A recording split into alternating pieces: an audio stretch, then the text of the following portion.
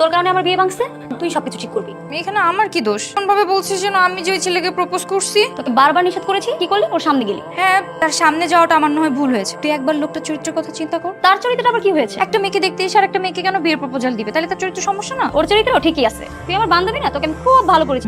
এখন সব দোষ আমার। তুই এখন যেভাবেই হোক আমার বিয়ের ব্যবস্থা কর। বলো, কি জরুরি কথা বলার জন্য ডেকেছো?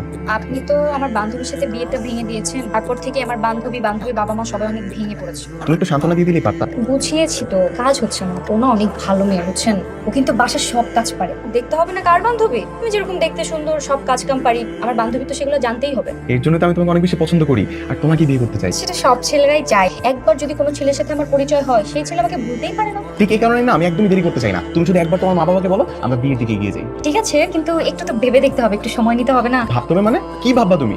ওই যে দেখছো তোমার জন্য 80% রেডি হবে, বিয়েটা আমি ভেঙে দিছি, আর এখন তুমি বলতেছো ভাবতে হবে মানে? শিট, আমি তো ওর বিয়ে ফিক্স করার জন্য এখানে আসছিলাম। সরি, আমার ভুল হয়ে গেছে, আমাকে মাফ করে দে। চল ওঠ। চল। কথা আজকের পর থেকে তোর সাথে আমার কোনো সম্পর্ক নেই, তুই আমার কোনো বান্ধবী না। আমার উপর রাগ করতেছিস কেন? ছেলেটা সুন্দর আছে।